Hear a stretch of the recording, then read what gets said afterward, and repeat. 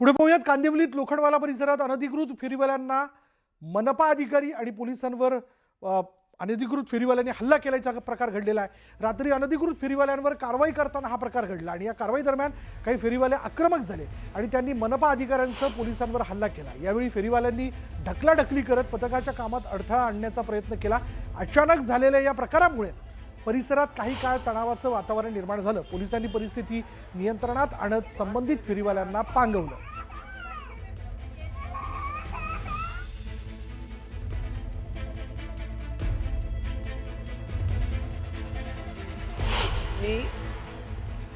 या लोकांना भडकावलं।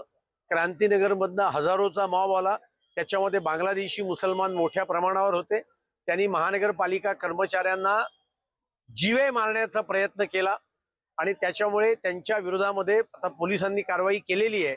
पण आमची मागणी आहे की सरकारी कामात अडथळा आणणं, दंगल असे सगळे कलमांखाली त्यांच्यावर गुन्हा दाखल केला पाहिजे आणि या लोकांवर कठोरातली कठोर कारवाई करण्याची मागणी आज आम्ही या ठिकाणी केलेली।